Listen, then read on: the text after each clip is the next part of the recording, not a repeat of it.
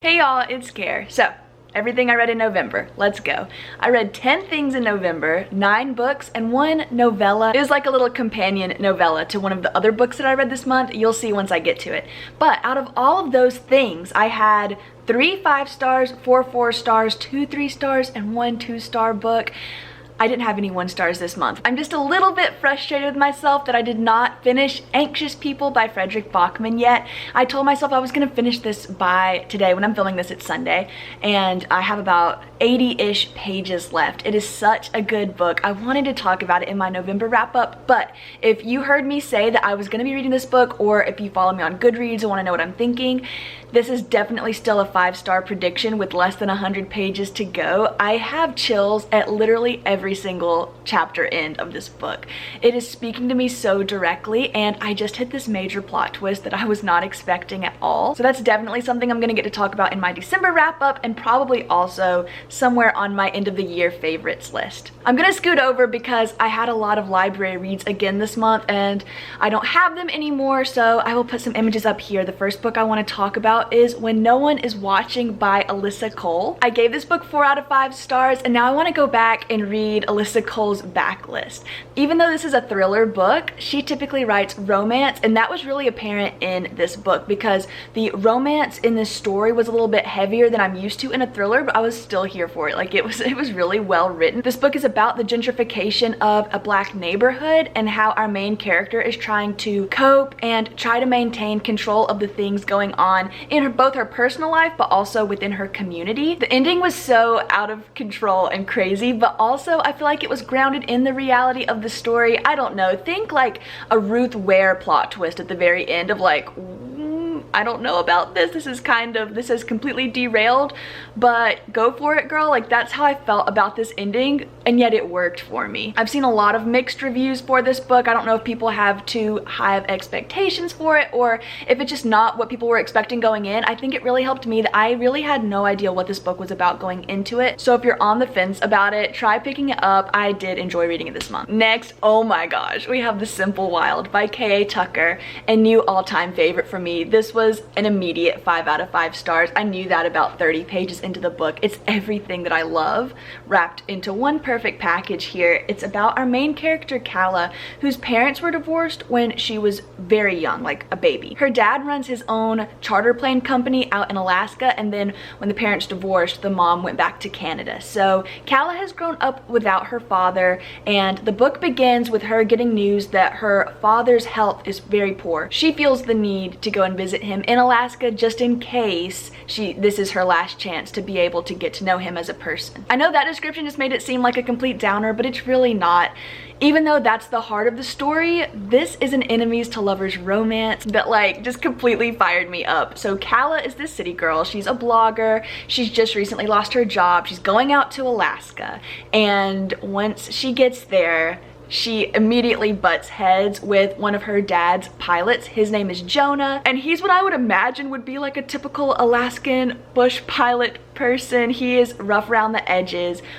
They're complete opposites, or they appear to be complete opposites on the surface. And their like playful banter is such a light and nice foil to everything that's going wrong in Calla's family. I cannot recommend this book enough. I flew through it. This is a long book, you guys. This is almost 400 pages of someone being out in Alaska, and I can't get enough. I actually have the second book in the series. I've not started it yet. It's another long one, but I am so excited to get to it. Oh my gosh, I love this book. I had put The Family Upstairs down earlier this year. I was reading an ebook, and I found it to be just a little bit confusing, but I went back. My expectations, like I just said, they were really low picking this book back up, but I had been thinking about it over the course of the last few months of I really wonder where that story was going. So when I got access to an audiobook from my library of this book, I thought, you know what, it's not gonna hurt me to try to listen to it for a few more hours, like while I'm doing chores, while I'm driving, whatever. And I got sucked right back into this story. It's about this young woman who inherits a house,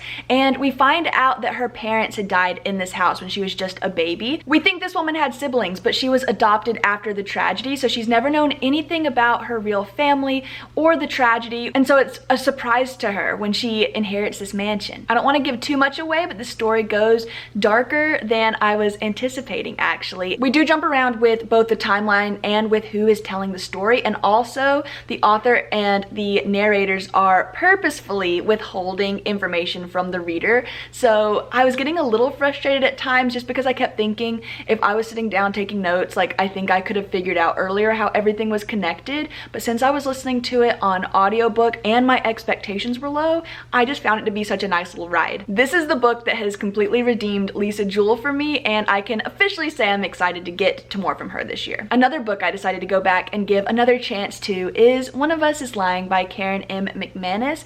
This one didn't go as well for me, you guys. I had this library book checked out earlier this summer, and I made it a little over halfway through and just absolutely did not care. This book is about a group of students who are stuck in detention together, and then one of them dies, and then all of the other students who are in detention with that student are suspects. So as the title suggests, we're led to believe that one of these characters is lying about what actually happened that day, how this student died. So even though I literally didn't care about any of the characters or really even the plot, I wanted to know which one of these kids was behind it. Like, even months after putting the book down, I kept thinking about it, and I wanted to just go and like spoil myself so I wouldn't care anymore, but I was being stubborn. So I went back, checked it out, and like finished it this month, and y'all, it was not good. I gave it 2 stars. If you liked this book, if you read it and enjoyed it, then I'm glad that you enjoyed this book. This is not just a case of me not liking YA or YA mysteries. I really do like things like that, but this book wasn't for me. I don't want to just sit here and bash it because I know that there is an audience for it, but again, I think we're going back to the fact that everything about every one of these characters felt really superficial. There were a lot of red herrings and cop-outs in the storyline that I just didn't really thoroughly appreciate, so yeah, it was 2 out of 5 stars for me. Okay, moving on to one I never saw coming, The Magpie Lord by KJ Charles. I gave this 4 out of 5 stars. And if there's ever been a book that is outside of my comfort zone, it was this book, but I'm like flying through the series now. I'm really enjoying these characters. The description I have in my head is such a mouthful. This is a male, enemies to lovers paranormal romance, but it's also a gothic mystery, and we also have another house inheritance. So it was like a lot of things that I like in individual books all thrown into one book, and I have to be completely honest, this book didn't make a lot of sense to me. There are a lot of plot holes, but because I love these 2 main characters so much, I completely was willing to overlook everything. Now, there is a really serious content trigger warning at the very beginning of the book. It's for self-harm, and even though I put the trigger warning database in the description of my videos, I wanted to just say it at this point in the video because it actually jarred me, and it's not what you think it is. The whole book is about someone who we don't know who it is, who is trying to kill our main character. And so the very first way that this person is trying to kill him is that Lucian has a curse put on him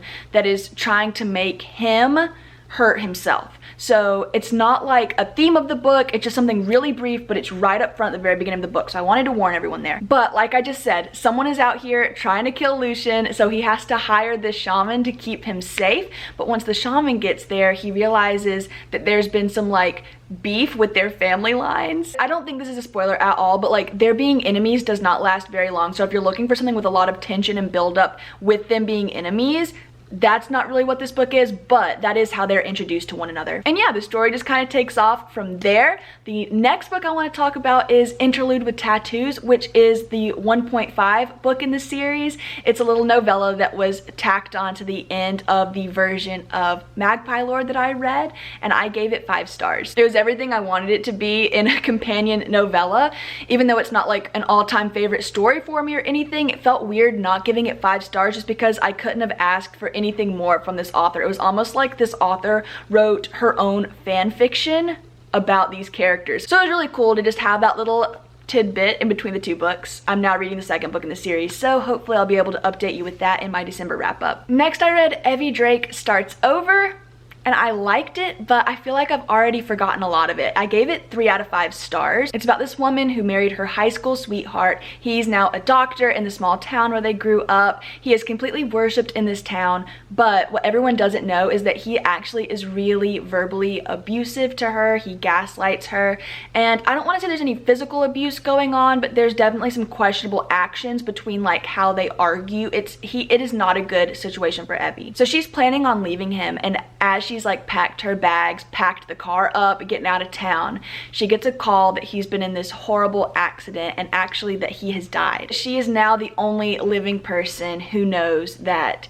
she was actually planning to leave her husband. So she's having to go on living in this town where everyone's basically worshiping her dead husband.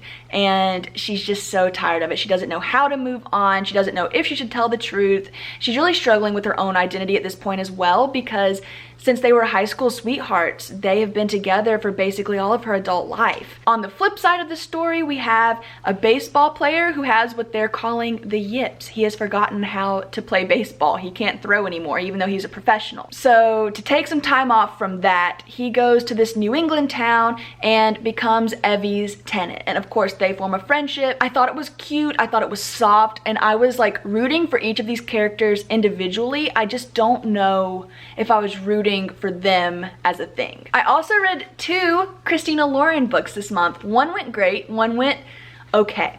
This one went okay. It's in a holidays. It's a holiday romance about this girl who gets stuck in a time loop at her family friend's cabin. She's stuck living the same few days over and over again with her family and then also her family friends, which includes these 2 brothers that she's grown up really close with her entire life. This book made me kind of mad. I forgot to say, I gave it 3 out of 5 stars because the end did pick up and like it went in the direction I wanted it to go, but it just took forever to get there. And this is a very short book. I feel like this could have been a really good short story or novella.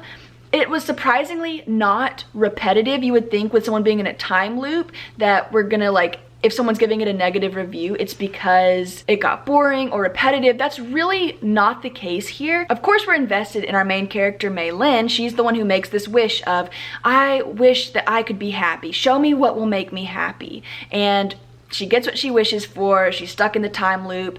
That's the main plot. But then also we've got all of these other characters who are at the cabin who will randomly come in with a few pages of backstory. And I know that that was like supposed to maybe give us the family feel, but when I'm looking for a holiday romance, I kind of just want the holiday romance. I don't know if I want all of the other stuff. I think that if this had been maybe a longer book, we could have fleshed out some more of the backstory of the adults. Well, these 3 main characters, Mei Lin and the 2 brothers, they're all adults. They're like 25 to 29. But you know what I mean? Like if we want to really go deep on their parents' past and like how we got to be at this point in the book, they could have done that, but like it just felt weird sprinkled in here and there. Now, this was really festive. This was really fun. There's plenty of like snow and hot chocolate and fireplaces, stuff like that. Like this is fun to read around the holidays, but I just feel like there were some loose ends that weren't completely tied up. I'm not going to be too picky just because I want to rate this book for what it is, which is a fun holiday read. I'm gonna leave it at that. Now, I really did enjoy my favorite half night stand.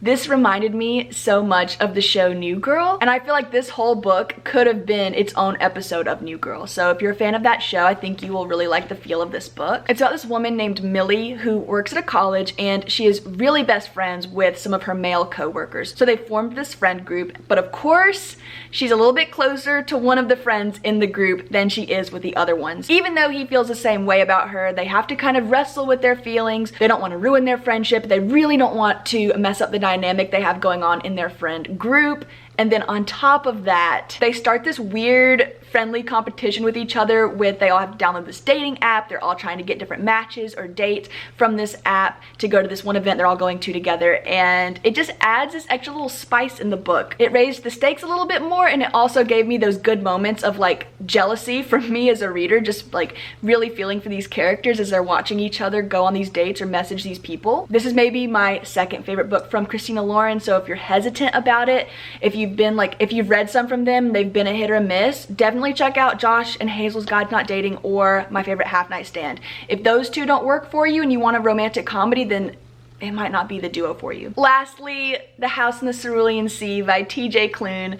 I'm gonna be glowing while I talk about this book. I did give it 4.5 out of 5 stars, but on Goodreads I rounded it up to 5 stars. I really don't have any nits to pick at all with this book. I think that we all have that feeling after we close a 5-star book and we know it's gonna be a new all-time favorite. I didn't get those feelings specifically, but this is one of the best books I've read of 2020. This is exactly the book I needed in 2020. I'm gonna use the same words to describe this book that literally everyone else does just because it's so accurate.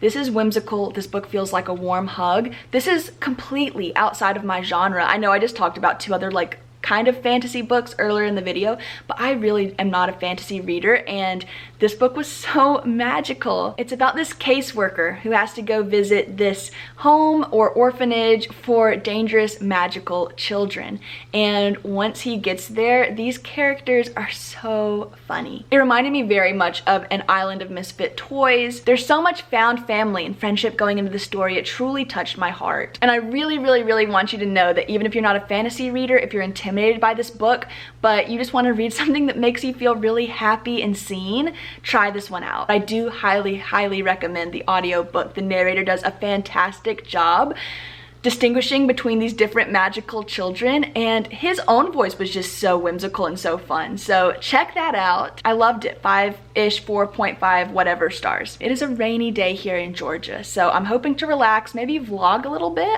I don't know where my vlogs have gone recently, but I feel really energized today. Also, I feel like Belle in this dress. You guys didn't even get to see my dress. Before I show you, let me thank you so much for watching this video. Thank you so much for 500 subscribers. I should have said that right up front, but I'm so happy that each and every one of you are here and that we all have this platform to be able to talk about what we love together. I love you all so much. I hope you have a great week this week. Thank you so much for watching. Bye.